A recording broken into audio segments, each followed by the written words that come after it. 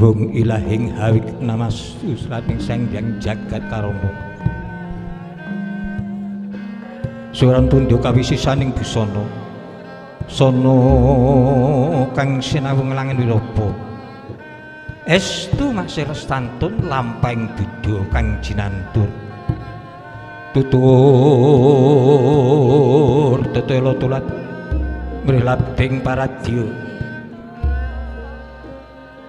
winur sita ngupama pranganiskara karanta diandhemeging jaman purwa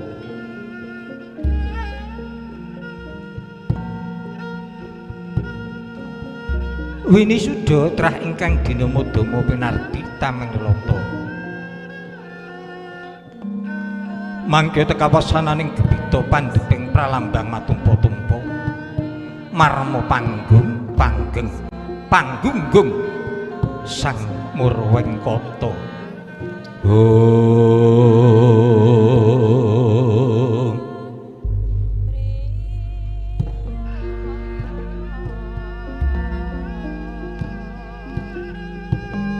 Handingi negari bebita kang pinangka bebukaning carita Murcideng Kawi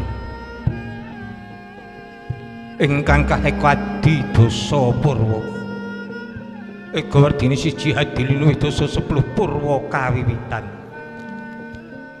gumlaring jagat saekti kathah titeng jawuda ingkang sinunggu pertiwi kaungkulan ngakasa kapit samudraya prandene kathah ingkang samya hanggana raras lamun den upaya senadyanto 1000 datan antus sedasa senadyanto 100 datan jangkep 3 hadi-hadining garba gebita saekti tan wenten kadi sajiga keparenging Bathara ingkang hakarya jagat gumlaring negari Dwarawati ingkang wenang pinangka bebukaning carita Murcideng Kawi labet negari Dwarawati wenang mangku ringin kurung sak kembaran ana madyaning alun-alun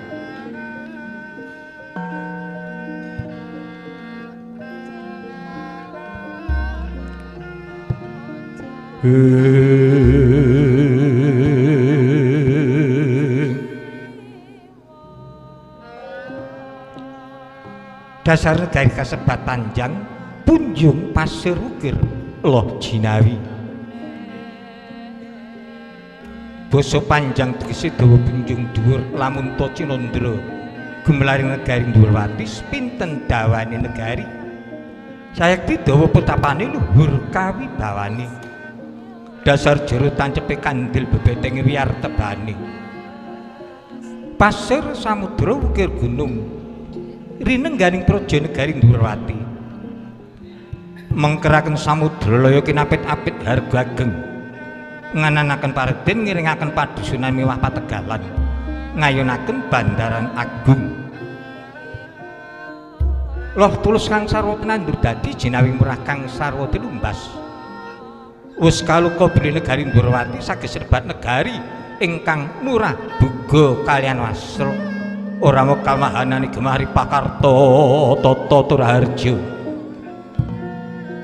sinten dosa namanira Sri Narapati ing Dwarawati dosa 10 nomaran Ratu Narapati wis mestani yekti sang nata Dwarawati wurangipun den punjeni sedanipun den dadaken hikwa jejuluk Prabu Bathara Kresna ya Prabu Padmanaba ya Prabu Danardana ya jejuluk Prabu Lengkamanik ya Prabu Sasra Sumpena ya jejuluk Prabu Harimurti kepareng jejuluk Prabu Bathara Kresna wis kaluka sang nata Dwarawati kadenengan ludira cemeng yang balung sungsume jejuluk Prabu Padmanaba nunggak semi kalian sang Begawan Padmanaba ingkang wis manunggal jiwa mungguing sang nata Danardana agung janten denya paring dana Lengkamanik wis kaluka sang nata pinangka andeng-andenging jagat setyaning bumi manik ing bawana Sasra Sumpena yekti sang nata Dwarawati tuhunalindra ingkang waskita ing paningal nanging wonten ingkang mestani sasra menika 1000 Sumpena ngimpi tilem sedalu saged ngimpi kaping 1000 Harimurti saged manunggalaken kawula kaliyan Gusti jar manunggaling kawula Gusti mujudaken kekiyatan ingkang ibati-bati ora mokal nggih ngasta bawat negari Ndorowati Sang Nata ageng perbawanira persasat kayu adu manglung celak tumiyung kathah para raja liya negari ingkang sami nungkul datan sarwa linawaning Bandayuda sedaya mung gandrung kapiluyu dhateng kautamanipun Sang Nata kapara sami nyaosaken pundutan Narendra peni-peni raja peni guru bakal guru dadi Sutya Myang Widuri lumados saben antara mangsa kapunggelis manten kawi bawanira Sang Nata Sang Pertanggapati wis mangrangsang ing akasa Sang Nata kepareng ngawontenaken pasewakan agung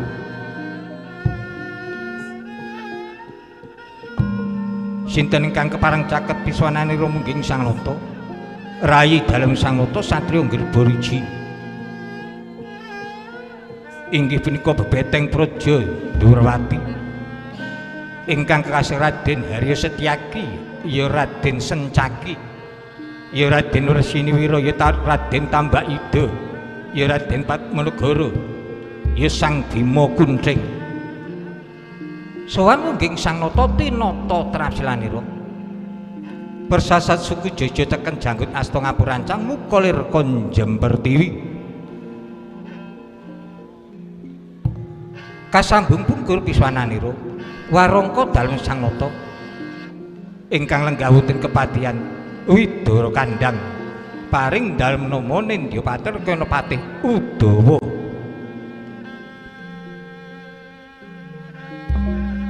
Kenopatih Udawa sowan mungging Sang Nata tinata trapsilanira kepareng ngamengkeraken piswanira Sangya kang marasowan lamun Cinandra kang marasowan blabar samudra tanpa tepi pindha ndhiyung donya pacak suci kawiwarna mangalar mepet ding panguranu ngilan mepet dumugi mangtilan mengitan mepet dumugi munggangan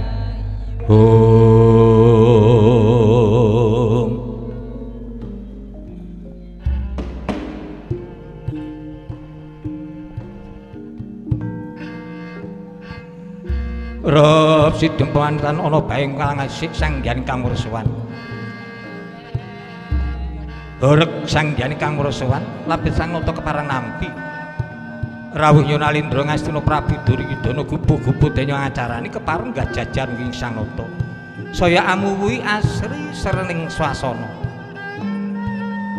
semantana Prabu Bathara Kresna wis kepareng ngadampar kencana leneman kasur babut pramudani sinebareng wangi-wangi sagebat kasturi her mawar Gandawida gandanya ngebiki paswanan sumara tejane Sang Nata sepundhul ing awiyat ilang sipati tangu Bathara Pindha Bathara Wisnu kang mangijawantah punapa kermatipun Sang Nata lenggasine uga abdi dalem jajaring kang medalang kuwin hanya mektaken tambur slumpret mriyem telu-telu ngatunggaling kang semekta madyaning alun-alun pangarsane kang marasowan ndawaken supados ingkang marasowan ngangsek piswananira Hara kanca maju Hara kanca ndodok sak mung slorot jlur kanca ndodok Hara kanca maju sak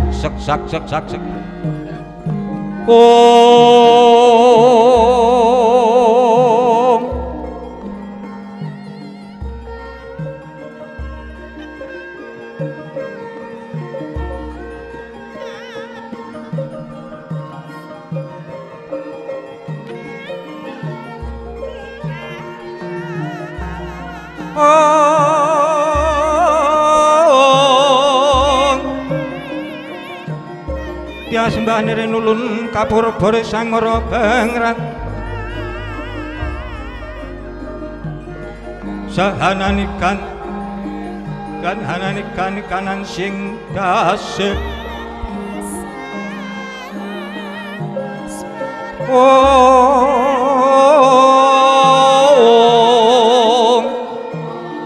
pawe buka sagung masih ing dalan Tuan Hananuk Jenggung Risanaya kaning ratu teng ratu utama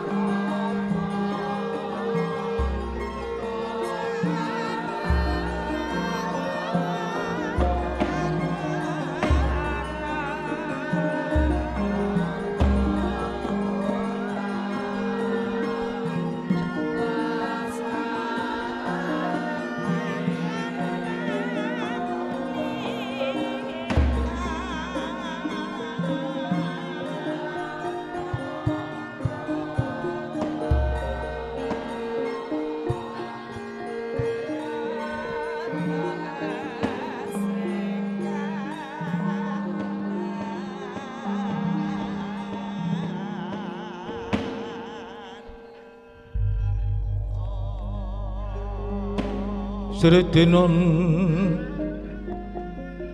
pasewagan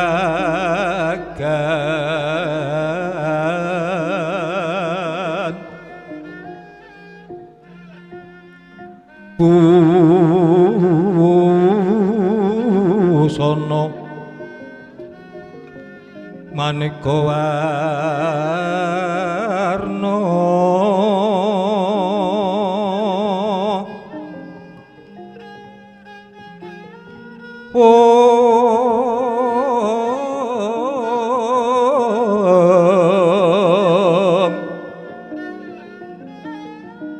Sepapos piting Hudyono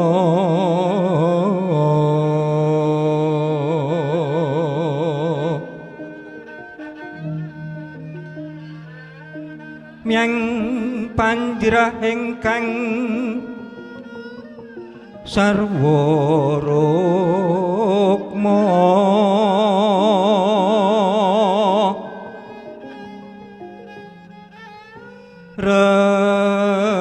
renggeng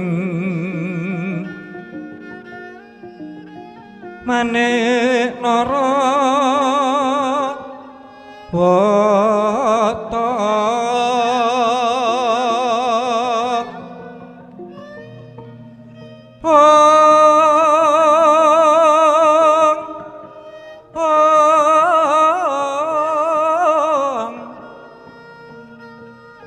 Obro prabanyo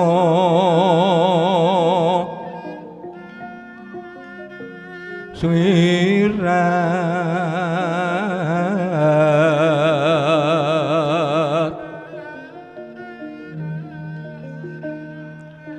kenyaring tejo leliweran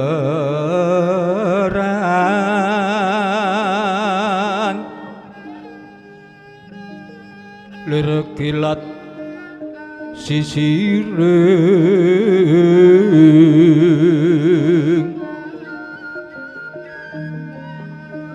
dadet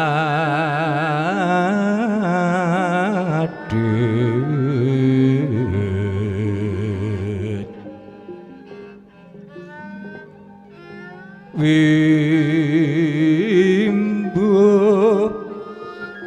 kandanyo mrek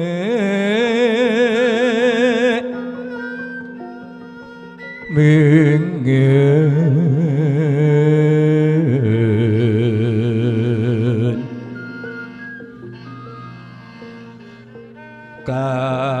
katiuping ruto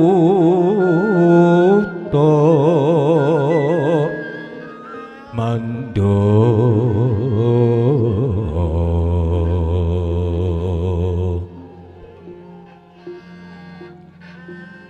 separan mangambar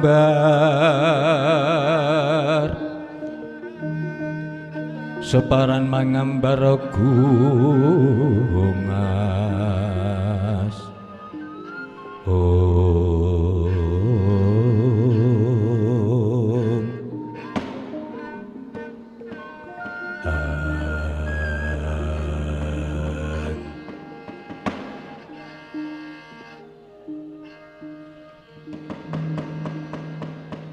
yo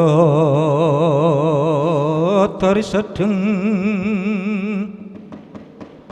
sini waka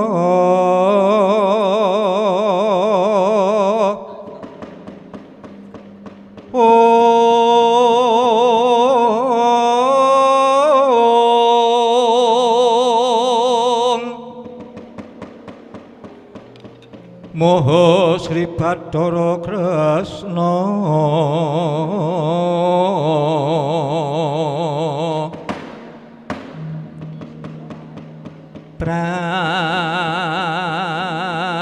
Prastisting Dampara Kencana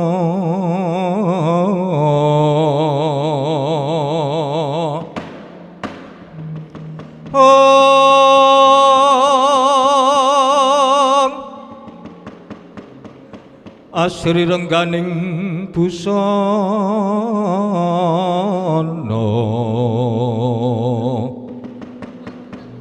kinuntrang kontrang Mas Retno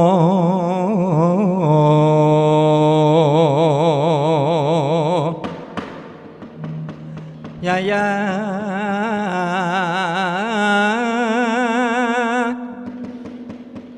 Sang Hyang Wisnu Bathara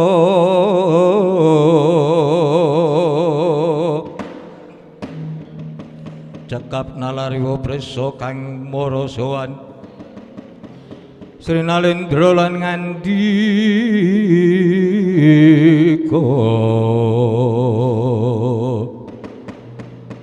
Sri Nalendra alon wijiling sabda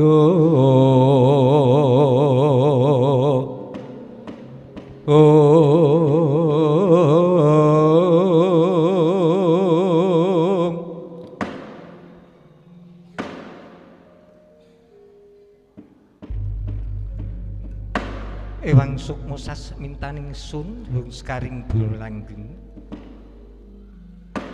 mboten sisih pandhul kula ingkang katembin prapta wonten negari Ndorowati.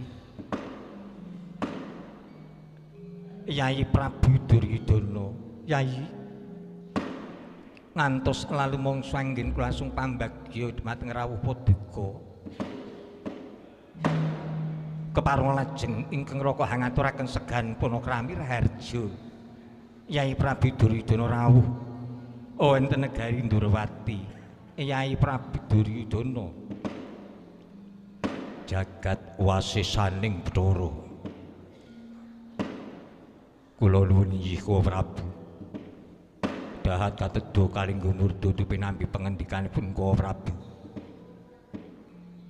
kepareng sabda pangendikanipun Kowe Prabu kula tampi asta kekalih kula petelaken ing Jaja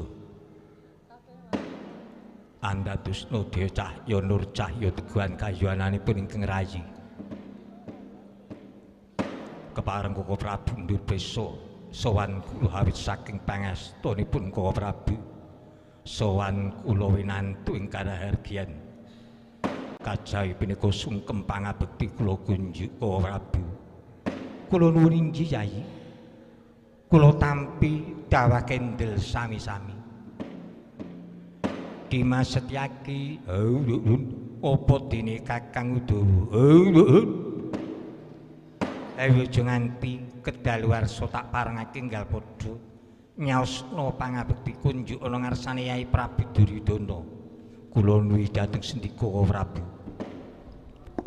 Kowe Prabu Duryudana nyaosaken pangabekti kula kunjuk Kowe Prabu ya Setyaki banget panarimanipun Kakang Pangestuku Tampanana Setyaki kula pundi saengga jijimat pangendikanipun Kowe Prabu Duryudana Sinuwun Prabu Duryudana nadyanto ingkang abdi Punadawa ngaturaken pambagya miwah pangabekti kula kunjuk.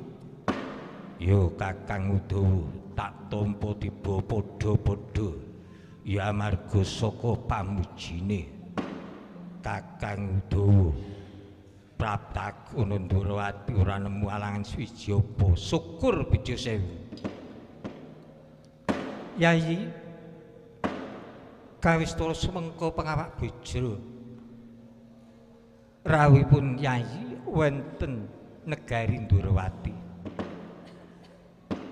Katitik riwe rebu timbul saking muka datan kober ngusap dudut gumelarah datan koberaning setaki. Yai sampun kinanten wigih ringa-ringa sampun andadosaken mambeng penggalipun Yayi keparung enggal angandika ingkang raka semekta ngangulungake jangga nilingakas mara-mari terwaca midhanget pangendikanipun Yayi Prabu Duryudana. Long-long ramihaning Kang Driya Liryang Candra katawengan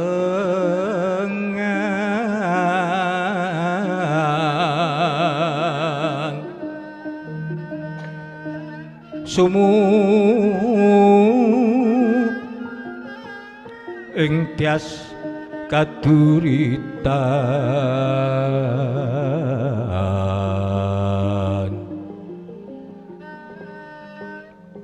limut kapyataning rujit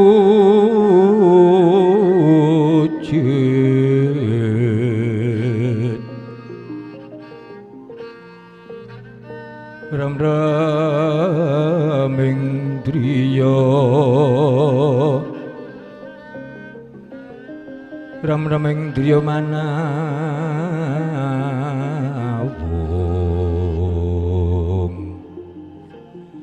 ing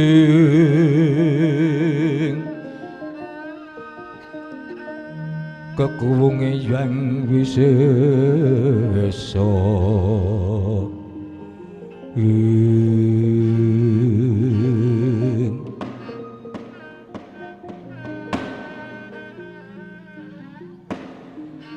Jimata punden kula Prabu sampun dipun keparengaken kula matur ngarsanipun Prabu. Kula nuwun inggih Yayi sampun ngantos kinanten wigih ringa-ringa keparung enggal angandika. Saderengipun kula matur mbok bilih suwan kula kagalih lepat awit sowan kula mboten langkung rumiyin cecala dumateng Koko Prabu Bathara Kresna. Kula nyuwun gunging samudra pangasami mboten dados punapa Yayi. Ugi mbok bilih anggen kula nata ukara ngracik basa kathah tumpangsuhipun kepareng Koko Prabu inggih nglumunturake sih samudra pangaksama. Kula nuwun inggih Yayi. Jimata punden kula Prabu sowan kula wonten ngarsanipun Koko Prabu sepindhah tuwe kawiljenganipun Koko Prabu sak kadang-kadian. Matur sembah nuwun. Dene Wasinggati kula sedya ngaturaken lampah ingkang katemben kula lampahi rikala hari kapengker pinuju wanci ratri ingkang rayi nampi sita wangsiting Bathara kang akarya jagat langgeng anggen kula ngembat awatang autung jim gumbala wonten negari Ngastina kaparingan tata titi tentrem menawi kula saged nggayuh kanugrahaning Bathara ingkang sinebat wahyu gada inten. Nuwun sewu Koko Prabu. Sakibaripun kula nampi sita wangsiting Bathara kula sampun ngempalaken para nujum, para wiku, para brahmana, parang para negaring astina kula kempalaken. Kula pun dipresa sajuga kewelatan wonten ingkang saged ngaturaken. Pramila lajeng ingkang rayi nggadahi kapitadosan. Menawi nampi pengayomanipun Koko Prabu Bathara Kresna gayuh kanugrahan menika tentu kasembadan. Pramila kula sowan ngarsanipun Koko Prabu Keparenga peparing sarana lampahipun kula gayuh kanugrahan saha kula nyuwun dipun jampangi dipun awati dening Koko Prabu sampun ngantos ing mangke Koko Prabu Mbang Cindhi Mbang Siladan antawisipun Pandhawa kaliyan Kurawa sami-sami darah Barata. Koko Prabu cekap semanten atur kula uga ndadosaken penggalianipun Koko Prabu Bathara Kresna. Ewang sukma sasmintaning sun wong sekaring bolo langgeng. Yayi. Sampun boten duna dungkap malih anggen kula nampi pangendikanipun Yai Prabu Duryudana. Nanging nuwun sewu temtunipun Yai Prabu menika prisa bilih ingkang raka menika pinangka pengayomaning para kadang Pandhawa. Inggih. Kamangka kabar ingkang kula tampi kalenggan punika para kadang Pandhawa mindra saking negari Ngamarta. Dereng ngantos kula ngaruhaken dhateng kadang kula Pandhawa sampun nampi pekabaran kalenggan menika Ngamarta dipun lenggahi Nalindra Manca.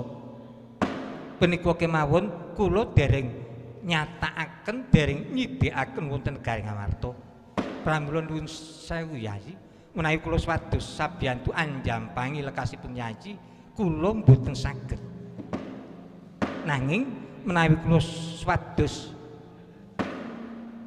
hangaturaken kados pundi lampahipun gayuh kanugrahan kula badhe ngaturaken dhateng Yai Prabu Duryudana. Inggih, mboten dados menapa. Lajeng caranipun murih kasembadan sedya kula kados pundi lampah kula. Yai kedah linambaran manah ingkang mantep, madhep, marep. Liripun menawi sampun nggadahi penggalian mantep sampun boten mangrutingal malih. Tegesipun sampun nggadahi kapitadosan ingkang kula jangka menika ing mangke tentu kasembadan. Lajeng madhep sampun boten mandheg tumuleh malih. Nadyan to ing mangke kapalang ana samudra kedah pun sabrangi. Kedah ninggahi arga puncang arga kedah dipun lampahi. Marep linambaran ageng panuwunipun dhateng Bathara kang akare jagat. Temtu ing mangke kasembadan panjangkanipun Yai Prabu Duryudana. Waduh, menawi menika kula sampun mantep astu, sampun madhep, sampun marep. Namung menika serananipun tasih wonten. Lajeng nglampahi tapa brata nepsu raga. Ngertos tapa? Mboten. Tapa menika lampah sesirik nepsu raga ngendhaleni hawa nafsu sekawan perkawis luama supya amarah mutmainah sampun ngantos dipun uja sakarsa-karsa kedah dipun kendhaleni. Mboten dahar, mboten ngunjuk. Laminipun kawan dosa dinten kawan dosa dalu kiat menapa mboten? Waduh, menika lampahipun. Inggih, nggih sampun raning kula sampun matur mantep kula kiat. Lajeng cegah mindra laminipun inggih kawan dosa dinten kawan dosa dalu mboten turu Mboten kenging film. Waduh. Ingkang pungkasanipun mboten gepok singgol kalian wanita. Laminipun kawan dosa dinten kawan dosa dalu. Menawi ing mriku mangke dereng nampi kanugrahaning Bathara lajeng dangu malih dumugi 100 dinten 100 dalu. 100 dina 100 bengi inggih mboten gepok singgol kalih wanita. Inggih Yai. Waduh. Nggih sampun.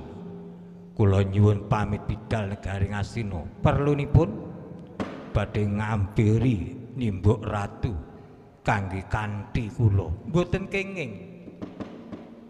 Panggiri godhanipun jejering priya menawi mbangun kentapa menika jejering wanita langkung-langkung menika garwa. Lampahipun Yayi kedah mboten kantha kanthi tegesipun namung badan sepata. Kangge greneng-greneng mboten kenging. Kanten Yayi mantep menapa mboten? Nggih sampun kula mantep. Lajeng kula kadhawuhan tapa wonten pundi? Manut dhateng pangangen-angenipun Yayi. Menawi wonten madyaning wana jagat raya gumelar menika kathah. Wonten wana Kamyaka, wonten wana Krendayana, wonten wana Kendali Rasa. Namung pangangen-angenipun Yayi badhe bidal wonten wana pundi? Menika kedah dipun lampahi Yayi. Nggih sampun. Kula nyuwun pamit Ko Prabu ingkang atus-atus mboten kenging mampir-mampir lho. Bidal saking Ndorowati kedah lajeng nglampahi tapa Bratana Suraga mboten kenging mbeta kanthi. Nggih. Setyaki kula Ko Prabu dipenakke nggon musuhan. Aku pujekno entuk gawe, dongakno entuk gawe iki mugi-mugi lebda ing karya. Udawa kula sinuwun pangestanana aku entuk gawe iki sinuwun mugi-mugi lebda ing karya. Sampun Ko Prabu kula nyuwun pamit ingkang atos-atos Yayi.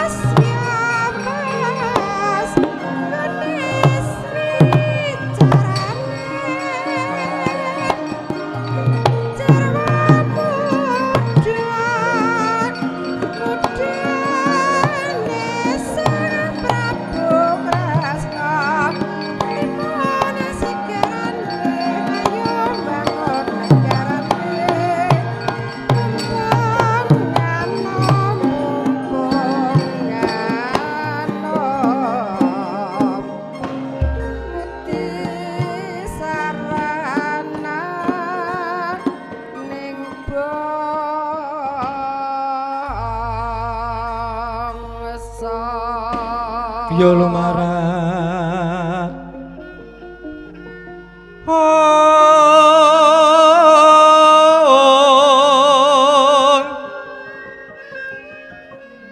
Caraka kang nembe prapta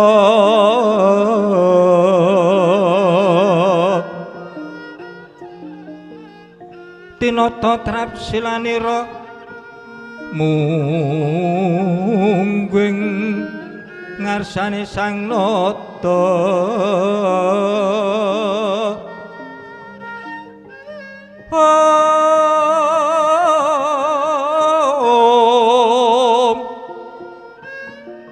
tumanduk yen mangarasa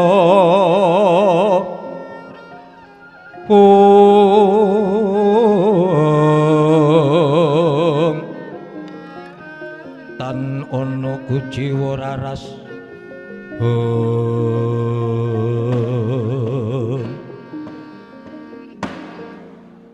ewang sukma sasmintaning sundung sekaring guna langgeng Kakang Udawa sajengkare Kyai Prabu Duryudana ana pawongan katone nitik ageman kaya iki sajuganing pendhita. Apa Kakang Udawa wis tau tetepungan kelawan pandhita kang katemben prapta ning negara Ndrawati iki? Waduh lenepana saking bebendu sinuwun nadyan tenging abdi kepatihan nggih sepindah menika nyumerepi dhateng pendhita ingkang katemben prapta suwan ngarsanipun Diwaji. Kula semanggaken Diwaji, ya tak parengake Kakang Udawa semene saka sawetara. Kawula dhateng sedika Diwaji. Mengko dhisik to kisana. Sawetara lunggar napasmu ingsun asung pambagya raharja suwan jeneng sira ana ngarsaning sun. Kula nuwun inggih sinuwun. Dahat kapundhika suwun pinampi pangendikanipun sinuwun Ndrawati inggih sinuwun Prabu Kresna. Keparenga sabdanipun sinuwun kula tampi asta kekalih kula pundi saengga jijimat. Kepareng sinuwun mundhut prisa sowan kula awit saking pangastanipun sinuwun sowan kula winantu ing karahargyan. Bekti kula kunjuk sinuwun. Ya ingsun tampa. Aja ta anggep panjenengan ingsun iki tambuh pancen katemben iki gambuh. Nitik agemamu iku jejering pandhita. Pandhita saka ngendi banjur sapa sing dadi peparapira? Kepasang yogya bilih Diwaji nggal kepareng mundhut pesa dhumateng jasad kawula. Leres ngendikanipun Diwaji, ning kula menika pangkatipun dereng pendhita kula katemben resi. Kula saking pertapan Cemara Jajar. Kula pun resi dewa pamungkas. Peparapira resi dewa pamungkas. Nggih.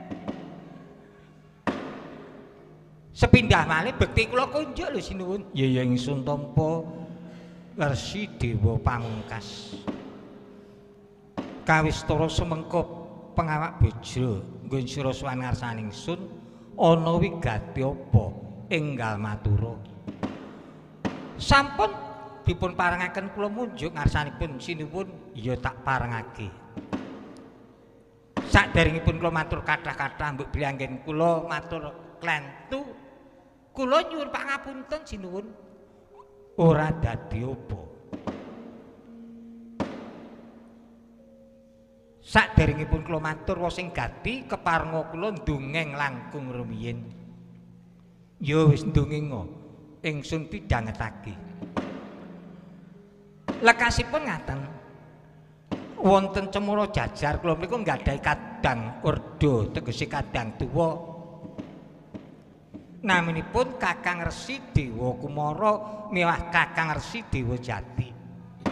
Menika tetunggule para resi, para nujum, para wiku.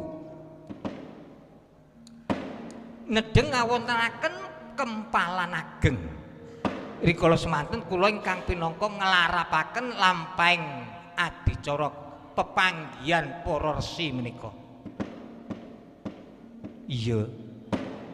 Sampun meh kemawon kempalan menika sampun rampung sedya kula tutup Dumadakan wonten sajuganing Resi nyuwun prisa dhateng Kakang Resi Dewa Kumara perkawis maknanipun kaca paesan. Resi-resi ingkang sampun medal saking pepanggihan kepeksa mlebet malih wonten pepanggihan. Dongipun nggih pun ajeng kula tutup pepanggihan menika nanging malah ngempal malih ngrembak perkawis maknanipun kaca paesan. Kakang Resi Dewa Kumara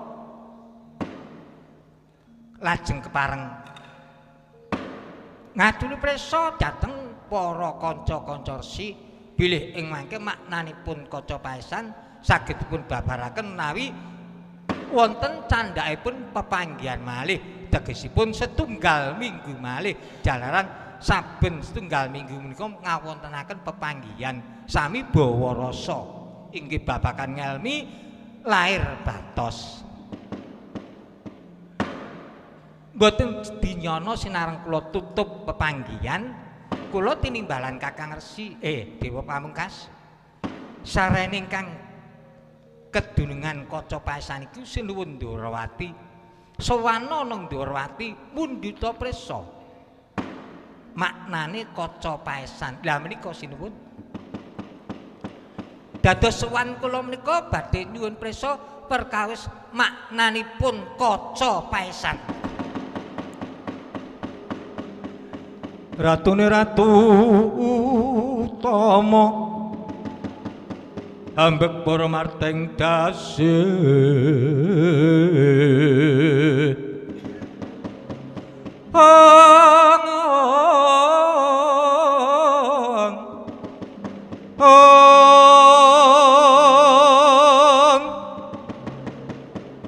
berbudi balaksana sinuyutan Prabu Pati sinengkuyung para resi kasinungan budi luhur winong wong Prajawata tan supe muja semedi mangkono Sri Nalendra legek jroning driya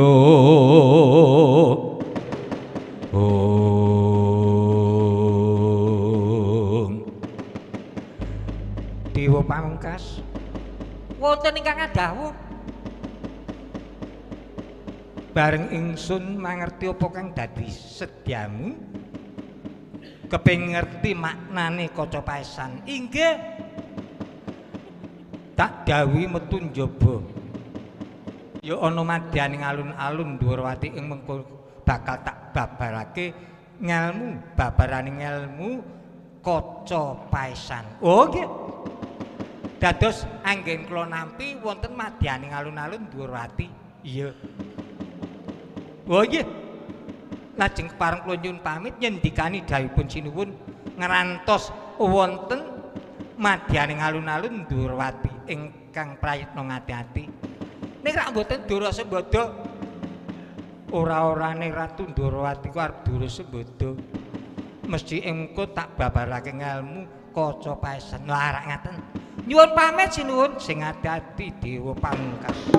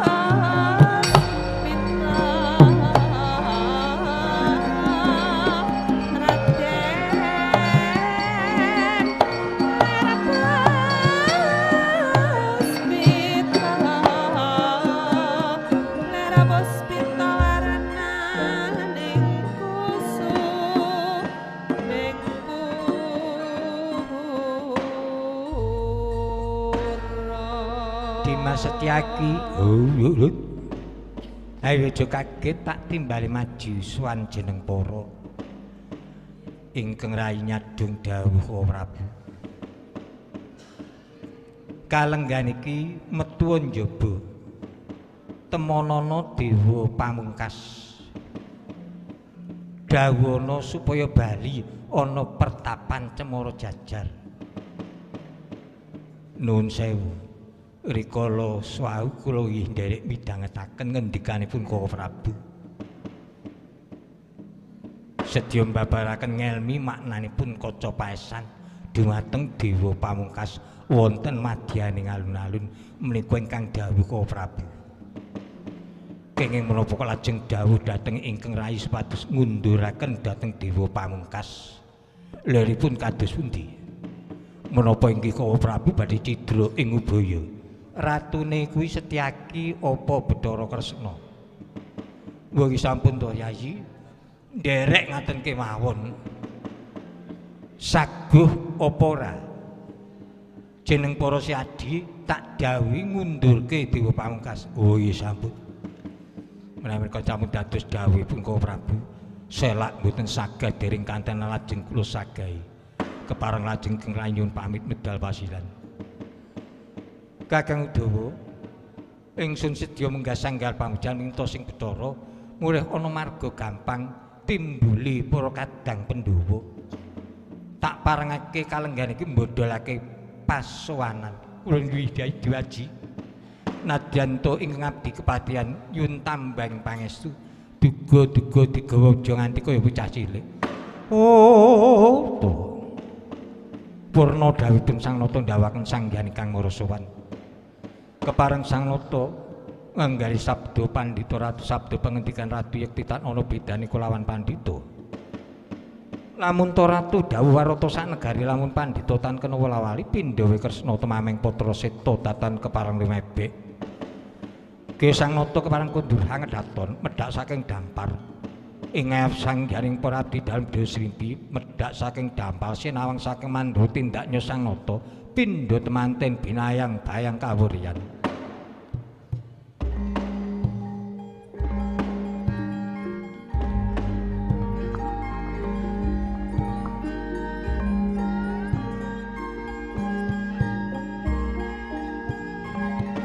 Om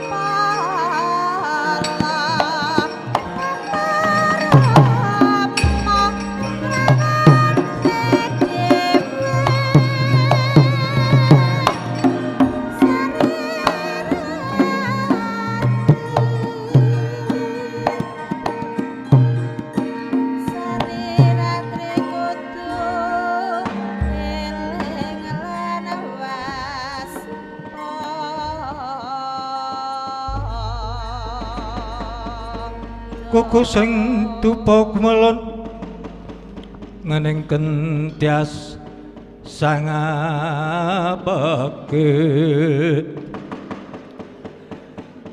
kawengku sagung jajahan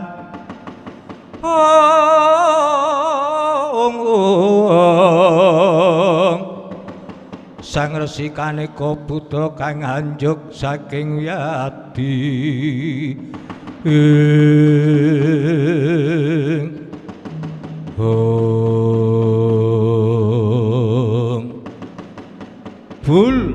kocap kacarita sang nata Ndarawati nggih kundur kedaton tumuli manjing wonten ing panti Bisana kepareng nyaraken Bisana Keprabon ngagem Bisana Sarwaseta kepareng minggah sanggar pamujan wis semdepana ratus sepinten agenging menyanamunta Cinandra sak krambil katut satabene kuku sing dupa semundul ing awiyate nampi para Bathara kawangsula kemandhap nampek mukane sang nata Gondamri arum pratandha katarima panunane sinegek ingkang wonten sanggar pamujan kang pinangka samping carita lenggih ingkang wonten madyaning alun-alun kawistara Prabu Duryudana ngawe sangjaring para Kurawa sumerep penglawenipun Prabu Duryudana pating blarat pating brical subasitaning satriya galak Widosardula wikli kita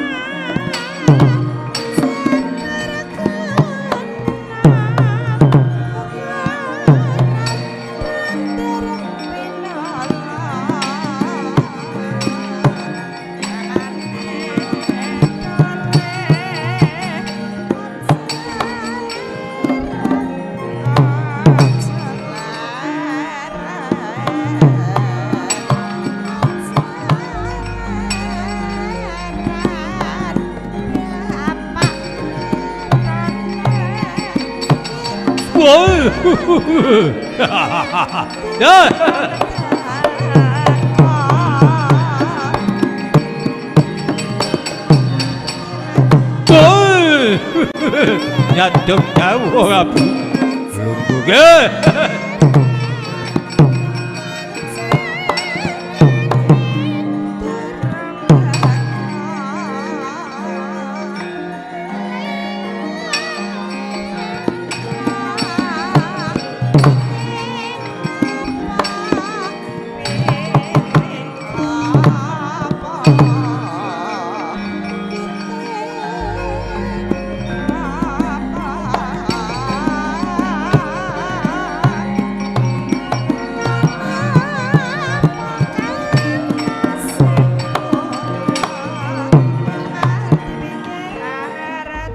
Sikra kang balatu mingel preng campo samya ngedali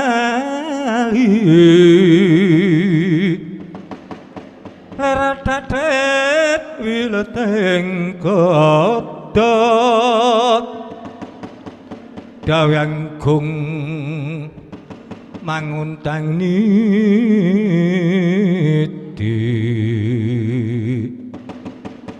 benjang sangaji mijel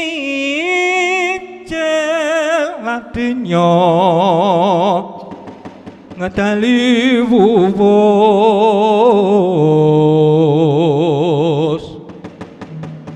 terus Surawilaka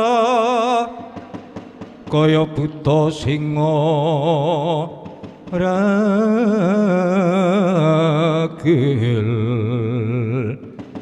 pasti jonggo danyo mangambak boyo